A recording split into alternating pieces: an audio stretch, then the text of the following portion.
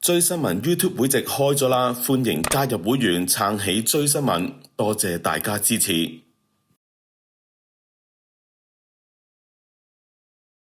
Many of you are here because you have fled this authoritarian regime that has stolen your rights, stolen your freedom of speech, and stolen your ability to ever have a protest in Hong Kong like this. Shame on you, the Chinese government.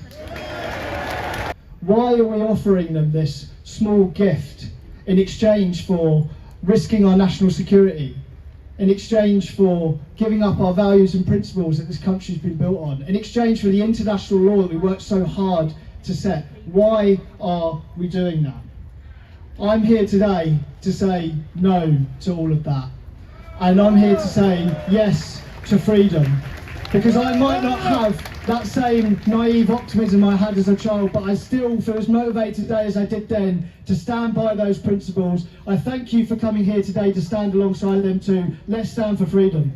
A proven record around the world of nefarious and illegal activities, not least here in this country, where time and again they have been responsible for the intimidation of Chinese and Hong Kong and Taiwanese people, of using their influence and their people on the ground to bring intimidation to the Uyghur people, to people of Tibet, and to those Chinese dissidents who have disagreed with the regime.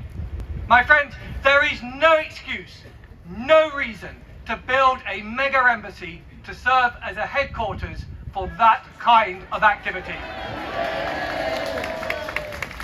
Embassy. No mega embassy. No mega embassy. No mega embassy. No mega embassy. I'm the treasurer of the Royal Mint Court Association.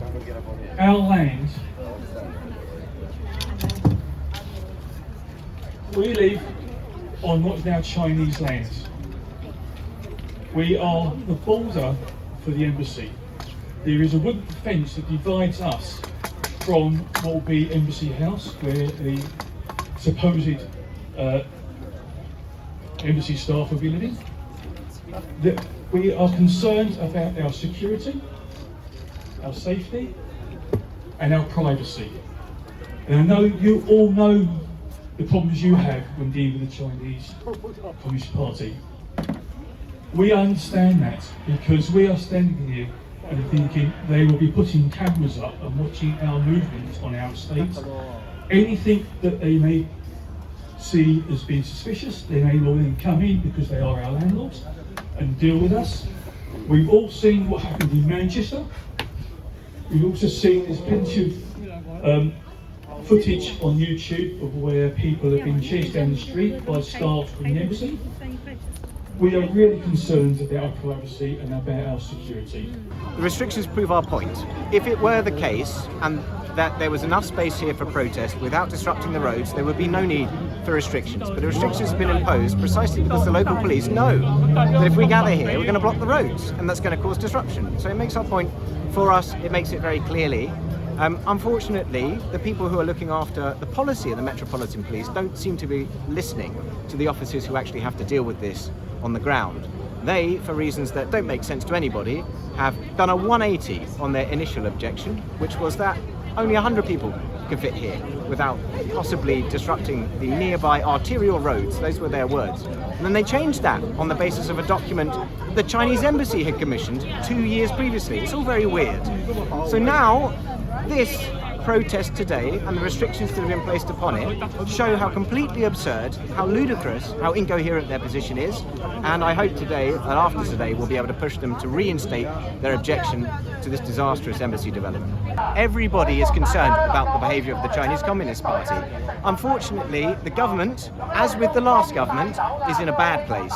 That cannot last. I think that we are in the dying throes of the golden era. We're not going to have this again. I just hope that the government wakes up and smells the coffee before it's too late. It seems surprising to me that our government should allow, permit or encourage the embassy to be in a place as important as this, given what it is proved that the People's Republic of China has done by way of crimes on the Uyghur people. Not for planning purposes, but for political purposes, because he doesn't wish to upset the government of a country that has committed the worst of crimes against its people. Then it's a matter for general comment, but I don't know yet whether it's proved that that's why it was called in. If it was called in for legitimate planning purposes, then we should respect that. 咁譬如我哋自己個區見到係多咗人更加踴躍去參加，我覺得上次有香港人係被無理拘捕，其實令到大家都有啲憤怒嘅，即係咁，所以都覺得要企出嚟挺身而出啦。咁另外當然超級大使館呢壇嘢，大家都覺得唔應該係喺 Royal Mint 呢度起，咁所以都要企出嚟用身體去講俾警方聽，其實呢度係一個不合適嘅選址。多謝大家今日嚟到呢度。我係香港前區議員，亦都係 Wokingham 地區議會議員吳兆康。我係來自 Reading UK Stand with Hong Kong。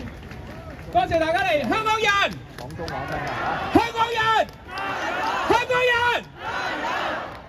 除咗集會之外，我上個禮拜提咗動議，有機會下個禮拜4通過，就係 Wokingham 將會成為英國第一個地區議會去通過動議，反對呢座超級大使館。